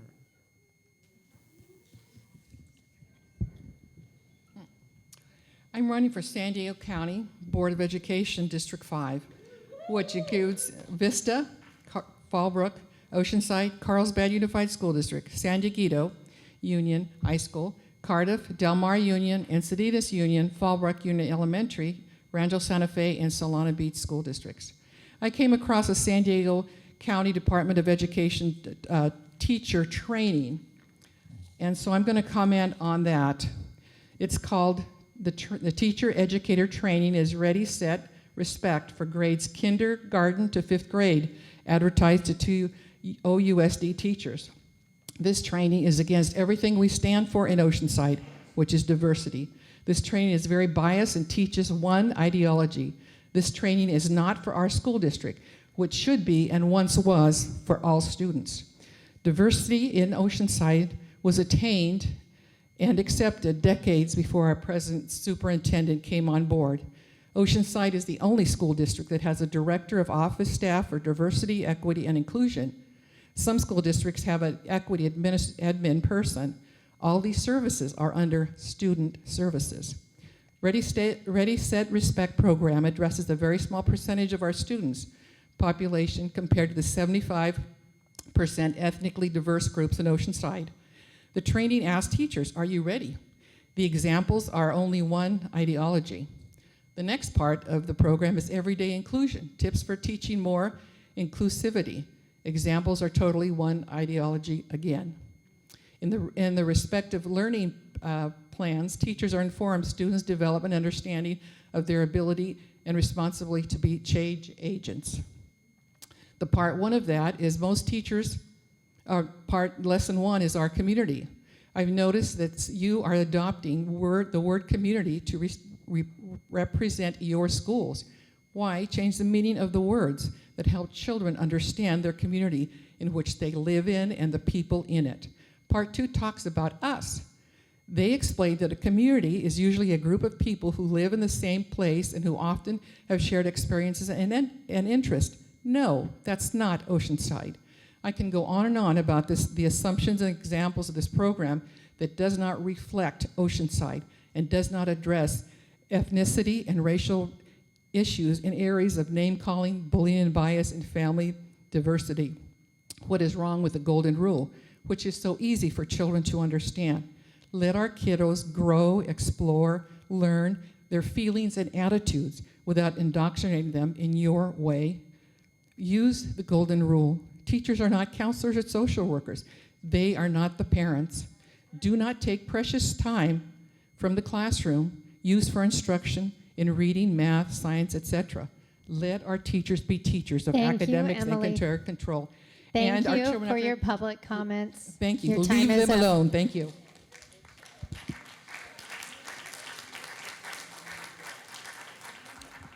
Good evening. And it was great to see you at KOCT's fundraiser the other night. It was a great crowd. I'd like to bring awareness and transparency to our viewers at home. My good friend Todd Madison was able to put in a public records request to our district for the test results data from 2021-2022 SBAC testing. Pleased to hear the district did report back. And so I wanted to give this information to our families watching at home. Unfortunately, as expected, I do not have good news. Oceanside 2019 English was 45.77%, and math 36.23%. And now this year's recording is English at 41.19% and math at 28.73%. My kids are part of those failing percentages. With an English drop of 4.58 percentage points, which is a 10.01% decrease, math drop of 7.50% points, a decrease of 20.70%. Both scores are the lowest since 2016, the first full year of the testing. Really hard to swallow the reality of these numbers. And I'm here to present to students and families and stakeholders that I am running for school board as a parent advocate for a seat at the table with 2 young children in our district.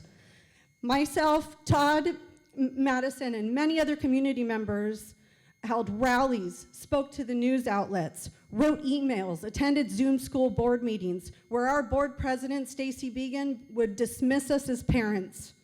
We made it clear that keeping our kids out of the classroom was only harming our children's education and mental health.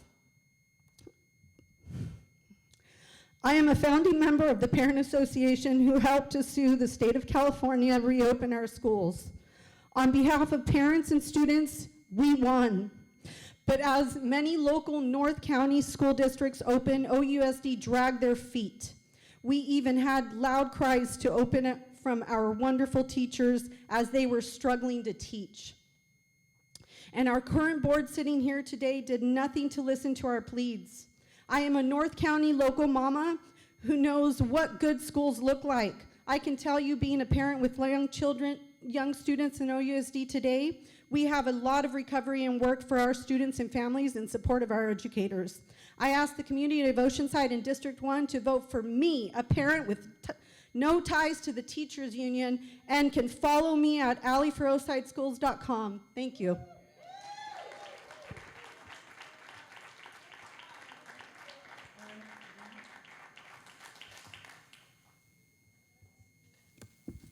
I didn't hear the name. Well, are you Leanne? I am. Go right ahead. Hello, I'm Leanne Conger from Transportation. I am an instructor, a school bus driver instructor. I was not prepared to speak tonight, but after the emotions and stuff that's going on in this meeting, I thought I would share my concerns. Recently, well, I just had a new baby granddaughter on Saturday, and I'm having another one that's due. Today's her due date. So, as a state certified instructor, my why is safely transporting these students, and it became my why because when I brought my first child home from the hospital, I was scared to death to put my child in that car, and I'm sure a lot of you parents understand that concern putting your child in your car. I went on in 2013 to become a state certified instructor. I started here as a school bus driver in 1997. So my why today, I teach new drivers. We've been short drivers in transportation for 2 years now. And a lot of you hear it every day, teachers, parents, the buses are late because we are short drivers. Recently, I've trained 4 new drivers. The standards for school bus drivers are CHP, DMV, and Department of Ed. Trained and CHP certified. So very important are standards to be a school bus driver. My concern today is that we are transporting our students in broken down taxi cabs with people we do not know anything about. These 4 new drivers have been told they are not going to be hired because we need to see that they are safe drivers before we put our children in their vehicles. Meanwhile, we are spending hundreds of thousands of dollars contracting out with these companies who subcontract out the work. Let me tell you a story real quick of Jenny. A couple weeks ago, a taxi cab pulls up in our transportation department. The taxi cab is crashed. I'm leaving the yard in a school bus to go pick up some students on Camp Pendleton. The taxi cab driver is taking all this students' stuff out of the vehicle. She's crying, she's special needs, she's nonverbal, she's about 8 years old, and she's been in this taxi cab for the past hour with this man that we know nothing about. But meanwhile, these students, these new school bus drivers that have just been trained and certified by the CHP are being told that we need to see that they are safe drivers. These contract companies that we work with, we know nothing about. We don't know their background. We don't know if they've been drug tested. We don't know anything about them. And in our transportation department, it used to be in our contracts saying that we need all that information. Thank you, Leanne. Your 3 minutes is up. Thank you. So it's important, thank you, for the safety of our students to know who's driving our children. Thank you, Leanne. Eric Knapp.